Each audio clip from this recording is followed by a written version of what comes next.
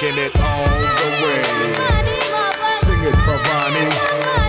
Once again, bad flavor. கலை மனிதனாக பிறந்த ஒவ்வொருவனும் அள்ளி அள்ளி பழுத வேண்டிய அமிர்தமடாது. Go ahead, Craig. டான் தமிழொலி நேயர்களுக்கு வணக்கங்கள். இணைந்து கொண்டிருக்கிறோம் பீட் பாக்ஸ் நிகழ்ச்சியினூடாக. இந்த நிகழ்ச்சி உங்கள் அனைவருக்கும் தெரியும். வாரம் நம் கலைஞர்களையும் அவர்கள் தம் வெளிவந்த படைப்புகளையும் இந்த நிகழ்ச்சியினூடாக உங்கள் மத்தியில் கொண்டு வந்து சேர்க்கக்கூடிய ஒரு நிகழ்ச்சியாகத்தான் இருந்துட்டு இருக்கு. அந்த வகையில் இன்றும் கூட அஹோய் என்னும் காணொலி பாடலினுடைய குழுவினர் தான் இணைந்திருக்கிறார்கள்.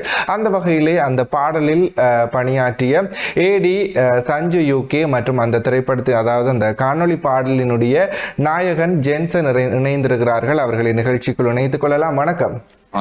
ஓகே, ஜென்சன் மற்றும் சஞ்சு எப்படி இருக்கிறீங்க? ஓகே, இந்த பாடல் ரிலீஸ் ஆகி இப்போ சக்சஸ்ஃபுல்லா ஓடிட்டு இருக்குது. ஸோ எப்படி இருக்கு ஃபீல் ரெண்டு பேருக்குமே? ஃபீல் எப்படி இருக்குன்றா தான் ஒரு கலைஞனுக்கு வந்துட்டு காசு பணத்தை விட நாம செய்த படைப்பு சரியா போய் சேர்ந்துட்டு அது வர விஷயங்கள் அந்த கருத்துகள் வந்துட்டு தான் அடுத்த கட்டம் ஊக்குவிக்குது. அந்த வகையில எனக்கு கொஞ்சம் நகரக்கூடிய மாதிரி இருக்கு. ஓகே, சரி. அதாவது பாடலுமே இப்போ ரிலீஸ் ஆகிட்டு இதுதான் உங்களுடைய முதல் படைப்பு அப்படின்னு சொல்லி நினைக்கிறேன். அப்படி இருக்கும் பட்சத்தில் இவ்வளவு காலம் நீங்கள் என்ன பண்ணிட்டு இருந்தீங்க? ஸோ இவ்வளவு காலம் இந்த ஒரு ஃப்ரேம் கிடைக்கிறதுக்காக என்னெல்லாம் எஃபர்ட் போட்டுட்டு இருந்தீங்க அப்படின்னு சொல்லியான விடயங்களை ரெண்டு பேருமே பகிர்ந்து கொள்ளுங்க. இப்படி என்று சொன்னா எனக்கு இந்த இந்த இடத்துக்கு வர்றதுக்கு 7 வருஷம் ஆயிட்டு. அப்ப நாங்க போன்ல ஷார்ட் பிலிம்கள் அப்படி பண்ணிட்டு போன் மூலமா தான் படிக்கிறதுமே போன்ல தான் யூடியூப் சேனல்ல படிச்சு நமக்கு தேவையான விஷயங்களை பண்றோம். நாங்க அப்படி கேட்க நாம ஒரு ஷூட்டிங் பண்ண போறோம்னா என்ன விஷயங்கள் தேவை, ஒரு டைரக்டருக்கு என்ன பேசிக்கா தேவை, எல்லாத்தையும் படிச்சு கொண்டு போன் மூலமா தான் ஷோங்கள் ஷூட் பண்றது. அப்படி பண்ணி இந்த டெய்லர்கள் ஷூட் பண்ணி அந்த கட்டத்துல இருந்து பார்க்க நாம அவுட் பார்க்க எங்களுக்கு விளங்கிடுது. ஓகே, நாம சரியா போறோம். அது போட்டு அப்படி படிக்கணும். உடனே போய் ஒரு படத்தை செய்யணும்னுட்டு ஆசை இல்லை. எல்லாத்தையும் கற்று சரியா போய் பண்ணி நல்ல ஒரு அவுட் புட் எடுக்கணும். இவர் வந்துட்டு எனக்கு எப்படி பழக்கம்னா நான் ட்ரிங்கோல ஒர்க் பண்ணிக்க கொஞ்சம் ரிலேட்டிவ் தான். அப்ப இவருக்கு சரியான இன்ட்ரெஸ்ட் பண்ணணும், படம் பண்ணணும், அது பண்ணணும், எல்லாமே இன்ட்ரெஸ்ட் இருக்கு. போன்லாம் பண்ற அவர் இவர வீடியோக்குள்ள எல்லாத்தையும் பாக்க அந்த கேமரால ஷூட் பண்ண மாதிரி இருக்கு. அப்படி ஷேக் இல்லாம அந்த அப்படி பண்ணிருப்பாரு. அப்போ ஓகேன்னு சொல்லி போட்டு ஷூட்டுக்கு முன்னுக்கு அப்ப நான் ஒரு 4 நாள் ஒர்க் ஷாப் மாதிரி ஏடிஸ் இவங்கெல்லாம் கூப்பிட்டு சொல்ல விஷயம் தெரிய தானே போனேன். அது வேற டிரெக்ஷன் வேற ரெண்டு அப்புறம் கத்து கொடுத்து ஓகே இறங்கி எல்லாம் நான் ஆக்ட் பண்ணினபடி எனக்கு 2ஆவதா இருந்து ஒர்க் பண்ணக்குள்ள இறங்கி ஒர்க் பண்ணேன். ஓகே, அதாவது உங்களை பற்றி நம்முடைய எங்களை பகிர்ந்து கொள்ளுங்க. நீங்கள் எப்படி இந்த சினிமா ஃபீல்டுக்குள்ளே வந்தீங்க? இதுவரை காலம் என்ன பண்ணிட்டு இருந்தீங்க? இப்போ தான் உங்களுக்கு அந்த ஃப்ரேம் கிடைச்சிருக்குது மக்கள் மத்தியில். ஸோ இதுவரை இந்த ஒரு ஃப்ரேம் கிடைக்கிறதுக்காக என்னென்னலாம் ஸ்ட்ரகிள் பண்ணீங்க அப்படின்னு சொல்லு. ஃபுல்லாக ஃபோனில் தான் எல்லாம் செய்யுது. ஓகே, ஃபோனில் ஆசை தான், ஷார்ட் ஃபிலிம் அது ஆல்பம் சாங் செய்கிறது ஆசை தான். ஆனால் அதுக்கேற்ற இது ஒன்றும் கிடைக்கல, ஆட்கள் இல்லை, அது நிறைய இது ஒன்று இருந்தது. அப்போ நான் எங்களை ஊர் பொடியன்களை வச்சு தான் நான் சும்மா ஃபோனில் சின்ன ஆல்பம்ஸ் அந்த இந்தியன் சாங்களை அதை எடுத்து போட்டு ரீமேக் பண்ணிட்டு அது யூடியூப்ல கூட காப்பிரைட் கேட்பாங்க தானே, அதனால சும்மா ஃபேஸ்புக்கில் போடுறது, போட்ட கொஞ்சம் வீடியோ செஞ்சு போடுறது. அப்புறம் தான் அந்த வீடியோ பார்த்து தான் இவர் கொஞ்சம் இம்ப்ரெஸ் ஆனாரு. இம்ப்ரெஸ் ஆகி அவரை கூப்பிட்டாரு, இப்படி நாங்க இதா செய்ய தேவையில்ல, நாங்க எங்களுக்காக ஒரு அடையாளத்தை உருவாக்கணும்னு சொல்லி அவர் கூப்பிட்டாரு. அதுல இருந்து நார்மலாவே இல்லாம ப்ரொபஷனலாவே ஒர்க் பண்ணது ஒரு வட்டத்தை அந்த வட்டத்துக்குள்ளேயே நாம இருந்துட்டோம்டா நாமள அப்படியே தான் நினைப்பாங்க. இது டிக்டாக்கும் ஸ்போன் ஷாட் பண்ணி அவ்வளவுதான். அந்த வட்டத்தை விட்டு வெளியில வந்துதான் எல்லாருக்கும் தெரிய வரும். அந்த வகையில அப்படியே பயணத்தை தொடர்ந்துட்டோம். ஓகே, அதாவது உங்களுடைய காணொலி பாடலை பார்க்க எங்களுக்கு தூண்டுற ஒரு விடயம் அந்த காணொலி பாடலினுடைய டைட்டில் அப்படின்றே சொல்லலாம். ஆஹோய் என்றது என்னடா இது ஒரு டிஃப்ரெண்டா இருக்கே அப்படின்னு சொல்லி எல்லாரையுமே யோசிக்க வச்சுச்சு. குறிப்பா என்ன யோசிக்க வச்சிருந்துச்சு அப்படின்றே சொல்லலாம். அதுக்கு ஏதாவது ஸ்பெசிபிக்கா ரீசன் இருக்குதா? ரீசன் என்னன்னா நான் எதா இருந்தாலுமே ஒரு 5 விஷயம் எடுப்பேன். என்ன இருந்தாலும் அந்த மாதிரி டைட்டில் 5 வச்சேன். நாங்க அந்த 5 டைட்டில இதுவும் உண்டு. அப்ப இதுல அடுத்ததை வந்துட்டு பார்த்துட்டு தான் நான் வச்சேன். என்னன்னு சொன்னா போன் வந்துட்டு ஹலோ கண்டுபிடிச்ச காலத்துல போன்ல வந்துட்டு ஹலோன்னு சொல்ற வார்த்தைக்கு முன்னுக்கு வந்தது இந்த அஹோய் என்ற ஒரு வார்த்தை. அது ரெகுலரா சொல்லைகளை வந்துட்டு அது அந்த ஒரு டிஸ்டர்ப் இதா இருக்குதுன்னுட்டு தான் ஹலோன்ற மீனிங் வந்தது. அடுத்து இந்த அஹோயில வந்துட்டு செட் ஆகிருச்சுன்ற ஒரு அர்த்தம் இருக்குது. அப்ப எனக்கு கதைப்படி பாக்க போன் தான் ஹீரோயினி வந்துட்டு சேர்த்து வைக்க அந்த கேரக்டர் வந்து சேர்த்து வைக்கிறது போன் ஒன்று தான். ஸோ அப்போ அப்படியே வச்சுட்டு போயிடலாமே, புதுசா இருந்தாலும் கொஞ்சம் பார்ப்பாங்களேன்றது தான். அது ஒரு நாள் ஆகிட்டு அந்த பேர் நாங்க செலக்ட் பண்றது. அடுத்து நாங்க வந்துட்டு என்ன ப்ரொஜெக்ட் பண்ண போறாலும் ஈஸியா வாய்க்கு வர மாதிரி ஒரு 4 எழுத்து 5 எழுத்துக்குள்ளதான் டைட்டில் வைக்கிற ஐடியாவே எங்களை இதை ஏன்னா அதுதான் இந்த ஒரு எப்படி சொல்றது சின்ன இந்த மக்களுக்கு கூட டக்குண்டு போய் நுழையக்கூடிய மாதிரி இருக்கணும். கஷ்டமா வச்சுட்டா ஞாபகம் இருக்கு. அது சொன்னாரு பெருசா நீட்டா எல்லாம் வைக்க கூடாது, சின்னதா வைக்கணும். அப்ப கண்டிப்பா புரிஞ்சுக்கொள்ளும். நீங்க சொன்னது போல அதாவது என்னையே யோசிக்க வச்சுச்சு அட இந்த வேர்டுக்குள்ள இவ்வளவு ஒரு பெரிய மீனிங் இருக்கா அப்படின்னு சொல்லி. குறிப்பா அதாவது வந்து ரொம்ப அருமையான ஒரு பேரன் வந்து போஸ்டர் கூட ரொம்ப டிஃப்ரெண்டா இருந்துச்சு. ஸோ அதாவது எங்களை ஒரு விடயத்தை ஈர்க்க வேணும் அப்படின்னு சொன்னா அதற்கான விடயங்களை நீங்க வந்து 7 வருஷ எக்ஸ்பீரியன்ஸ்ல நீங்க செய்திருக்கிறீங்க அப்படின்னு சொல்லி அந்த போஸ்டர்ஸோ சரி அந்த பேரோ சரி எங்களுக்கு உணர்த்திட்டே இருக்குது. ஸோ அந்த போஸ்டரை பற்றின விடயங்களை வந்து பகிர்ந்து கொள்ளு. போஸ்டர் டிசைனர் வந்துட்டு ரஜீவன் சொல்லி அவர் சரியான டேலண்ட் உள்ள ஒரு ஆள். இப்போ இன்டர்வியூக்கு கூப்பிட்டா கூட வர மாட்டேன். அவர் வந்துட்டு அதாவது சினிமால நாங்க ஸ்கிரீனை பாக்குறோம், அதுக்கு பின்னாடி நிறைய பேரோட உழைப்புகள் இருக்குது. அதுல இவர் கண்டிப்பா ஒரு விளம்பரப்படுத்தினா தான் எங்களை அடுத்த கட்டத்துக்கு கொண்டு சேர்க்கும். அதுல வந்து ரஜீவன் வந்துட்டு நான் வந்துட்டு சாம்பிள்கள் வந்து நானே போன்ல எடிட் பண்ணி அவருக்கு அனுப்புவேன் இந்த மாதிரி தானே. அதே மாதிரி அவர் எனக்கு நான் சொன்னது எனக்கு எதா இருந்தாலும் 5 விஷயம் எனக்கு வரணும். போஸ்டர்னா 5 மாதிரி போடுவார். அதுல ஒன்று செலக்ட் பண்ணி அப்படி போடணும். இரவு 1 மணி 2 மணிக்கெல்லாம் செஞ்சு அப்படிலாம் போஸ்டர் போடுவார். இப்போ கிட்டத்தட்ட எங்களோட டைரக்டர் வின்னிதன் கூட ஒரு விஷயம் சொல்லி இருந்தவர், லவ்வர் மெசேஜை காலையில எழுப்பி பாக்குறோம் இல்லையே போஸ்டர் போட்டிருக்கிறான்னு பார்ப்போம் நாங்க. அதே மாதிரி கடைசியில் அந்த போனுக்கு மேல நடந்து வர மாதிரி ஒரு லுக் இதோன்னு செஞ்சுட்டு இருந்தாங்க. அந்த போஸ்டரை வந்துட்டு நான் காலையில 8 மணிக்கு சொன்னா நாளைக்கு எனக்கு போஸ்டர் ரிலீஸ் பண்ண சீரியஸா பண்ணு கேட்கறது ஐயாண்டு சொன்னா எனக்கு காலையில எனக்கு போஸ்டர் வேணும்னு இந்த போடுறேன்னு போட்டு போனை வச்சு போட்டு நாங்கள டீ குடிச்சிட்டு வரேன். போஸ்டர் ஃபைனலே போட்டுட்டு அதாவது 20 நிமிஷத்துக்குள்ள பார்த்தோன்னே நான் சொல்லிட்டு எதுவுமே வேணா இதே போட்டுருவோம் அவ்வளவுக்கு பிடிச்சிட்டு எனக்கு. அதில் அவரோட ஒர்க் வந்துட்டு அதான் இந்த ஐயா அண்ணா அண்ணாண்டு ஃப்ரெண்ட்ஸா கேட்கறது எல்லாம் நான் தம்பின்னு கேட்கறது. ஆனா ஒர்க் அண்ட் வரைக்கும் அவருக்கு வந்துட்டு அப்படி இருக்கணும். அவர் தந்த பேருக்காண்டில இந்த ப்ரொஜெக்டர் வந்துட்டு சரியா கொண்டு மக்கள்கிட்ட சேர்க்கணும் 100% உழைக்கக்கூடிய ஒரு மனிதன். ஓகே, அதாவது உங்களுடைய இந்த 7 வருஷ சினிமா வாழ்க்கை அப்படின்றது வந்து ரொம்ப ஸ்ட்ரகிளாக இருந்திருக்கும். ஸோ என்னென்ன அடி வாங்கினீங்க? கண்டிப்பாக இவ்வளவுத்துக்கு ஒரு அவுட்புட் வருது அப்படின்னு சொன்னால் கண்டிப்பாக அடி வாங்கியிருப்பீங்க. நிறைய ரிஜெக்ஷன்ஸ் நடந்திருக்கும். ஸோ நிறைய இயக்குநர்கள்ட்ட நீங்கள் போயிருப்பீங்க, நிறைய ப்ரொடியூசர்ஸ் அப்ரோச் பண்ணியிருப்பீங்க. அப்படி இருக்கும் பட்சத்தில் நீங்கள் இவ்வளவு காலம் எதிர்கொண்ட சவால்கள் அப்படின்னு சொன்னால் என்ன சொல்லுங்கள்? இது வரைக்கும் நான் இந்த விடயத்தை மறக்கவே மாட்டேன்டா, இந்த ஒரு விடயம் தான் எனக்கு ஒரு ஸ்டெப்பாக எப்பயுமே இருந்துட்டுருக்கு அப்படின்னா என்ன விடயம்? லெந்தா சொல்லி மொக்க போட விரும்பல, ஒரு நார்மலா சொல்றேன்.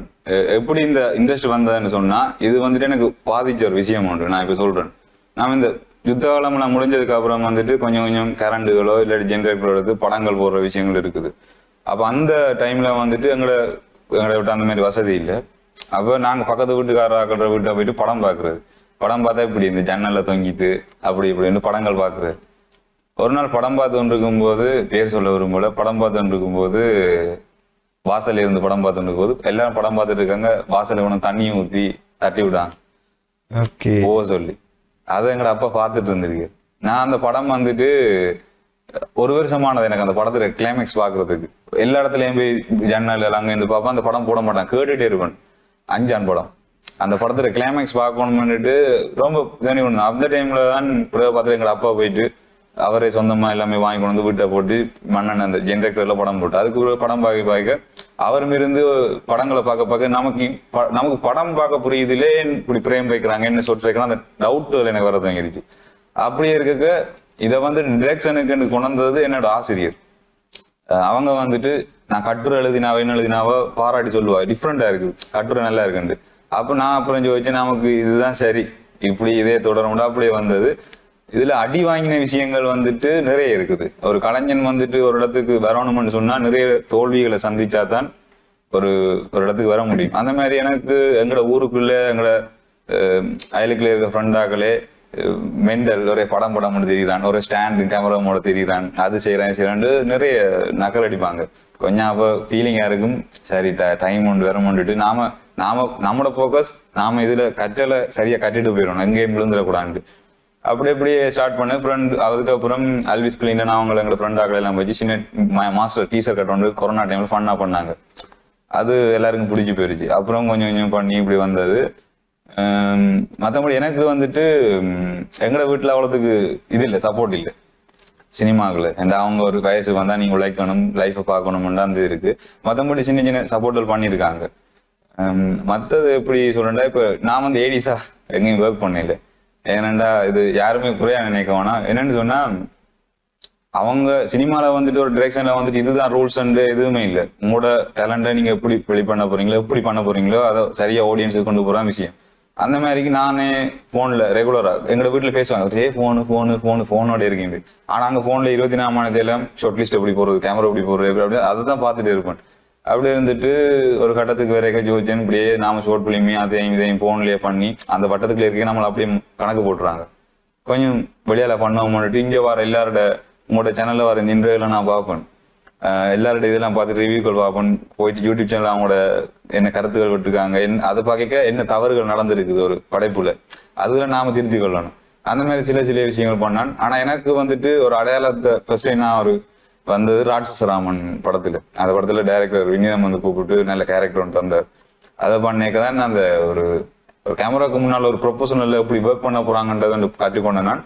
இன்னொன்று அங்க ஒரு ஷூட்டிங் ஸ்பாட்ல நாங்க என்ன விஷயம் பண்ணணும், எப்படி கேண்டில் பண்ணணும், அதாவது ஒரு டைரக்டர்ன்ற ஒரு மெயின் லீடர் அந்த இடத்துல இருந்தா எதை கேண்டில் பண்ணணும், என்ன பண்ணணும்ன்றதெல்லாம் படிச்சு கொண்டு அப்படியே வந்துதானே என்ன தோல்வி அந்த தளபதி சொன்ன மாதிரி தோல்வி வெற்றியெல்லாம் வந்து போகும். நாங்க தான் அந்த ட்ரெக்ல சரியா போனோம்டா சரியா போயிடலாம். இன்னும் நான் சரியா போயிருக்கல, போய்கொண்டிருக்கேன் போனதுக்கு அப்புறம். சரி, இந்த ஆஹோய் காணொளி பாடலுக்கு எப்ப இந்த புள்ளி ஆரம்பிக்கப்பட்டது? இந்த புள்ளி இப்போ ஒரு பெரிய கோலமா உருவாயிடுச்சு. ஸோ இந்த புள்ளி எப்ப இடப்பட்டது? இப்படி ஒரு பாடல் நாங்க செய்ய வேணும் அப்படின்னு சொல்லிட்டு உங்களுக்கான டீமை நீங்க எப்படி சூஸ் பண்ணீங்க? அந்த மாதிரியான விடயங்களை பகிர்ந்து கொள்ளுங்க. எப்படின்னு சொன்னா, ஃபர்ஸ்ட் வந்துட்டு இது எப்படி ஆரம்பிக்கப்பட்டதுண்டா, முதலாவது இந்த கதை வந்துட்டு உண்மையா நடந்த ஒரு சம்பவம் இது. அதாவது நான் கட்டணில எப்படின்னு சொன்னா, பஸ்ல போய் சித்திரை வருஷத்துக்கு போய் வரைக்கும் நடந்து அவங்க மிஸ் பண்ணிக்க நான் ஹெல்ப் பண்ணி அப்படி ஒரு இம்ப்ரெஸ் ஆகினா நடந்த ஒரு சம்பவம். அதை வச்சுட்டு சினிமேட்டிக்கா மாத்தி எப்படி நாங்க கொடுக்கலாமான்ற விஷயத்துல அதை நான் ரெடி பண்ணி ஸ்டோரியா வச்சுட்டேன் மைண்டுக்கு. இப்ப மியூசிக் டைரக்டர்கிட்ட வந்துட்டு நான் வேற ஒரு பாட்டு ஒன்று பண்றதுக்காக ஒரு பாட்டு கொடுத்து 2 பாட்டு எடுத்தோன்னே எனக்கு ரெகுலரா அந்த பாட்டை நான் எடிட் பண்ற என்ன ப்ராசஸ் இருந்தாலும் நான் நார்மலா கேட்க மாட்டேன். எனக்கு ஹெட்செட் எல்லாம் வச்சிருக்கேன். அந்த மாதிரி கேட்கல எனக்கு அந்த பாட்டை கேட்க இந்த ஸ்டோரியை அங்க வச்சு பார்க்கக்குள்ள பெர்ஃபெக்டா இருக்குது. அப்ப அதுக்கேற்ற மாதிரி பண்ணி கொண்டு இருக்குவான். அவர் மியூசிக் டைரக்டர் பக்கா ஆள். அப்ப அப்படியே கேட்டு இருக்கும்போது பார்த்தேன், இது விட்டுறக்கூடாது பண்ணுவோமான்ட்டு கேட்க நான் ஒர்க் போறேன். நான் அந்த டைம்ல திடீர்னு எனக்கு ஆக்சிடென்ட் ஆகி இந்த கை வெட்டுப்பட்டு நான் ஹாஸ்பிட்டல் இருந்தேன். வீட்டுல இருந்து வேலை செய்யலாது பிஆபி போட்டிருந்தாங்க. சரி, இப்படியே காலம் இப்படியே இந்த டைம் வேஸ்ட் ஆக போகுது. 1 மாச கேப்புக்குள்ள வந்துட்டு அப்பதான் நான் யோசிச்சேன், சரி ப்ரொடியூசர் ஆகள்கிட்ட கேட்டுட்டு விஷயத்த கேப் பண்ணிட்டு அப்பதான் இயக்குனர் வின்னிதன் அந்த இந்த பாடல்கள் வந்திருந்தது யுத்தா ப்ரொடக்ஷன்ல. அப்போ உடனே ப்ரொடக்ஷன் சைட்ல கேப்பம் பண்ணி போட்டு அப்படி அவங்க எல்லா சேனலையும் பார்த்துட்டு யாரு கயன் கந்தசாமி அவர்கிட்ட இதுல வந்து மெசேஜ் பண்ணி கதைக்கு உடனே அவர் ஐடியாக்கெல்லாம் கேட்டோன்னு நாளை காலையில சொல்லுங்கன்னு சொன்னதும் அவர்கிட்ட போன் எடுத்து கதைச்சு விஷயம் சொன்னோன்னா அவருக்கு பிடிச்சி போயிருது. பாட்டு பிடிச்சி போயிட்டு அவருக்கு பிடிச்சோடனே ஓகே பண்ணிடலாம்னு போட்டு உடனே அவரும் அந்த எப்படி சொல்றது, அவங்களும் வந்துட்டு எல்லாமே பண்ணி சக்சஸ் ஆன ஆட்களுக்கு வந்துட்டு வாய்ப்பு கொடுக்கல, இல்லாம அடிமட்டத்துல இருந்து வந்தவங்களுக்கு கொடுத்து அவங்கள மேல தூக்கி விடணும்ன்ற இதுல வந்துட்டு ஊக்குவிச்சார். உடனே பார்த்தா காலையில 6 மணிக்கெல்லாம் கோல் எடுத்துருந்து அவன் ஃபாரின் சைட் தானே, காலையில கோல் எடுத்து நான் அப்புறம் எடுத்து கேட்க ஸ்கிரிப்டை சொல்லுங்க என்ன மேசுவாங்க அப்படின்னு சொல்லியோன்னு ஓகே பண்ணியாச்சு. எனக்கு சொன்னாரு பட்ஜெட் அப்படி இல்லை எல்லாத்தையும் போடுது அந்த டீட்டெயில்ஸ் தான் ப்ரொஃபஷனலா கேட்குது. நான் அதே மாதிரி அவர் கேட்டோன்னே எல்லா விஷயம் சொன்னோன்னே கிட்டத்தட்ட சொன்னா போட்டீங்க இது இந்த எல்லாமே 1 கிழமைக்குள்ள முடிச்ச விஷயம். 1 கிழமையில முடிச்சு அடுத்த கிழமை ஷூட் வாங்கினாங்க. ஏனண்டா எந்த மைண்ட் செட்ல என்னண்டா, நான் ஒரு ஸ்கிரிப்டோ என்னவாவது யோசிச்சுட்டேன்னு சொன்னா எனக்கு அந்த சின்ன கேப்புக்குள்ள வந்துட்டு நான் ஷூட்டோ எதுவும் போவாட்டிக்கு அது ரெகுலரா ரிட்டர்ன் மாற எனக்கு அந்த இன்ட்ரெஸ்ட் கம்மி ஆயிடும். அப்ப அந்த விஷயத்துல நான் இவங்களுக்கு எல்லாம் சொன்ன விஷயம், இந்த கிட்டத்தட்ட எங்களுக்கு ஒரு 25 நாள் தான் எவ்வளவு எழுதினது கிளாஸ் இவங்களுக்கு எல்லாம் ஒர்க் ஷாப் மாதிரி வச்சு ஷூட் போனது 4 நாள் ஷூட் போனாங்க. எடிட்டிங் ப்ராசஸ்ல இருந்து எல்லாமே செய்து முடிச்சு அப்படியே ரிலீஸ் பண்ணது. ஒரு சக்சஸ் உண்டு. ஓகே, சஞ்சு யூகே நீங்க வந்து இதுல ஒரு ஏடியா ஒர்க் பண்ணிருக்கிறீங்க. ஸோ டைரக்டரோட ஒர்க் பண்ண விஷயங்கள் எப்படி இருந்துச்சு? ஸோ உங்களுக்கு கண்டிப்பா இது ஒரு பெரிய அனுபவமா இருக்கும் இல்லையா? இதை நீங்க கோ த்ரூ பண்ணிட்டு அடுத்தடுத்த விடயங்கள் என்ன நகர்றதுக்கு ரெடியா இருக்கீங்க? அடுத்தடுத்த விடயங்கள் நான் இவர்கிட்ட சொல்லிட்டேங்க. ஒரு ஷார்ட் ஃபிலிம் ஒன்று இருக்கு அப்படி சொன்ன உடனே இவர் சொன்னார் இனிமே பெண்டிங்ல ஒரு 4 சாங் இருக்குன்னு சொன்னார். அதுக்கு அதையும் சேர்த்து செய்வோமான்னு கேட்டேன். என்ன சரி, இவர் நிறைய சொல்லி தந்தார் எனக்கு, இப்படிதான். எனக்கு அந்த அளவுக்கு பெருசா எனக்கு தெரியாது, ஓரளவுக்கு தான் எனக்கு தெரியும். இவர் வந்து நிறைய சொல்லி தருவார். இந்த இப்ப சொன்னார் புள்ளி தாண்டி போனது, அதை வந்து எனக்கு கீறி காட்டுவார். நான் உட்கார்ந்து நிற்கும் போது ஒரு மண்ணுல வந்து இப்படி கீறாரு, வட்டம் ஒன்று போட்டு ஒரு முக்கோணம் ஒன்று போட்டு அவர் பாக்ஸ் ஒன்று போட்டு கீறி காட்டுறாரு.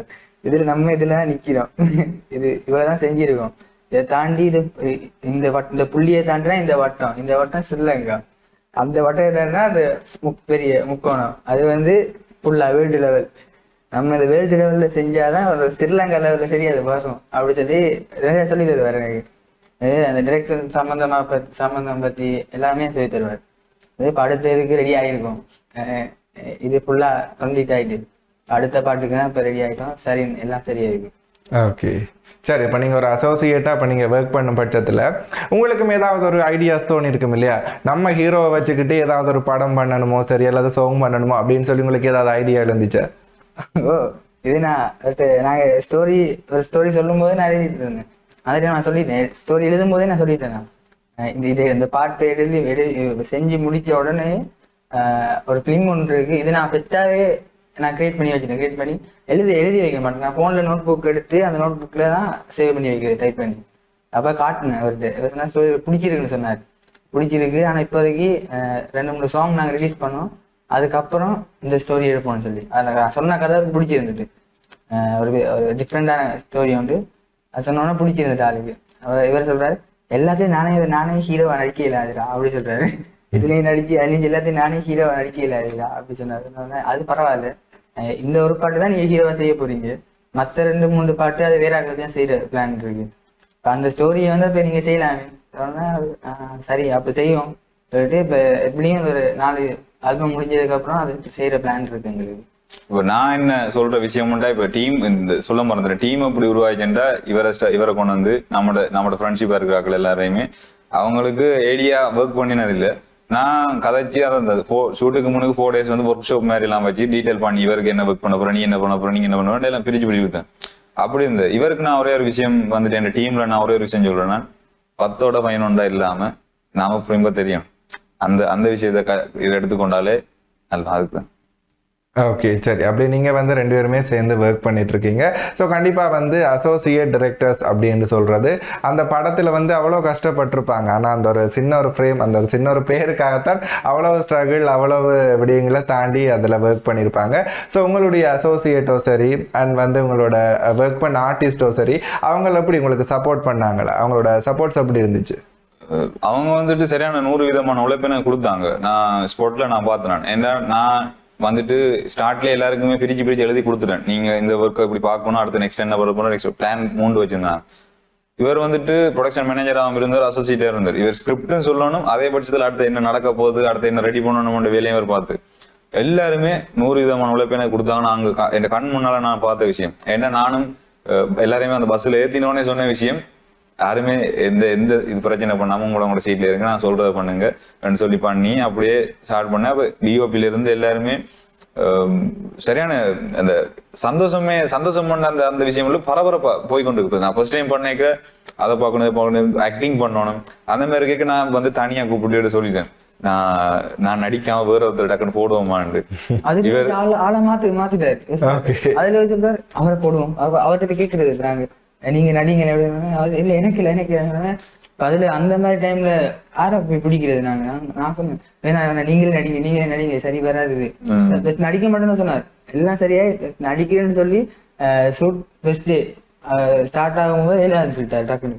அப்புறம் ஆளை கன்வின்ஸ் பண்ணி நடிக்க வச்சாச்சு. இவரும் மத்த சதுஜன் ஒரு ஏடிஎம் வந்துட்டு சொன்னது இல்ல, இந்த கேரக்டர் நீங்க பண்ணாத சரியா இருக்கு, பண்ணுங்க. ஏன்னா நான் நினைச்ச விஷயம் என்னன்னா, எனக்கு இந்த ஆக்ட் பண்ணி வெளியில பார்த்து அந்த புகழ் அதெல்லாம் இல்லை. இப்ப நான் ஸ்கிரீனை பார்த்தா தான் எனக்கு அவுட்புட் அப்படி கொண்டு வரலாம்னு ஒரு விஷயம் தெரியுது. அதெல்லாம் நான் நடிச்சிட்டு ஓடி போய் பார்ப்பேன் என்ன பிரேம் வச்சுக்கேன். இவருக்கு சொல்லின ஒரு விஷயம் உண்டு, என்ன ஃப்ரேம் வச்சாலும் எனக்கு சொல்லுங்க, அதாலதான் எனக்கு ஈஸியா பண்ண முடியும்னு சொல்லி பண்ணேன். ஆனா எல்லாருமே பெர்ஃபெக்டா சரியா எல்லாருமே 100% உழைப்ப கொடுத்தாங்க.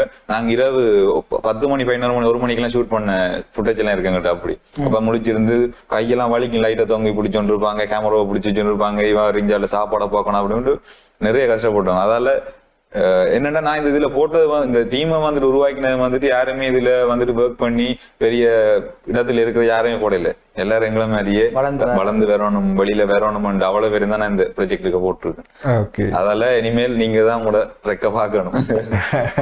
சரி, இந்த காணொலி பாடலுக்கு வந்து எனக்கு எழுந்துட்டு இருக்கிற ஒரு கேள்வி அப்படின்னு சொன்னா, ப்ரொடியூசர் யாரு, உங்க டீமா அல்லது போனால் வெளியில இருந்து நீங்க அப்ரோச் பண்ணி இந்த பாடலுக்காக நீங்க சூஸ் பண்ணீங்க?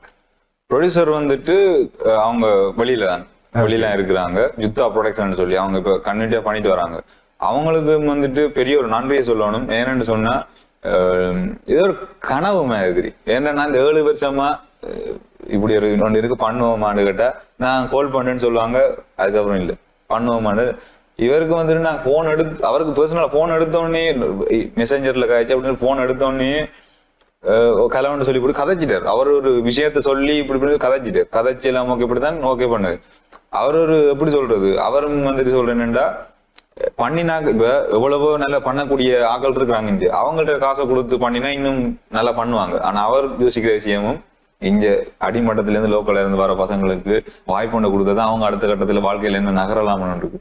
என்னோட எங்களுக்கு வந்துட்டு டிரெக்டரா இருந்தா எல்லாருக்குமே இந்த விஷயம் தெரியும். ஒரு இடத்துல நாங்க ஒர்க் பண்ணினோம்னு சொன்னா எங்களுக்கு வேலையை தாண்டி மைண்ட்ல அந்த விஷயங்கள் ஓட்டிட்டு இருக்கோம், டிஸ்டர்ப் ஆயிருக்கும். அதெல்லாம் விட்டுட்டு தான் நாங்க வந்தோம். அப்படி இருக்க எனக்கு நிறைய சப்போர்ட் பண்ணிக்கு. ஷூட் டைம்ல எங்களுக்கு டிரான்ஸ்போர்ட் ஆக்கள் ஏற்றி இருக்கிறது கூட அவரோட கேடிச் வாகனம் எல்லாத்தையும் ₹1 பெட்ரோல் இல்லை ஒன்றும் இல்லை அவரை கொண்டு வந்து எங்களை ஏற்றி இருக்கிறது அவ்வளவு சப்போர்ட் பண்ணார். அந்த டைம்ல எடுத்து கேட்பேன், தம்பி இதுமா ஓகே இதுமா என்னமா அப்படின்னு இந்த இதை தன்மையாக கேட்பேன். ரிலீஸ் டைம்லையும் என்னவா பண்ணிட்டீங்களா என்ன மாதிரி. நாங்கள் லவ் ஸ்ட்ரைக் ரிலீஸ் பண்றதுக்கு இருந்தது, எங்களுக்கு கொஞ்சம் அவுட்புட் பண்றதுக்கு லேட் ஆயிடுச்சு.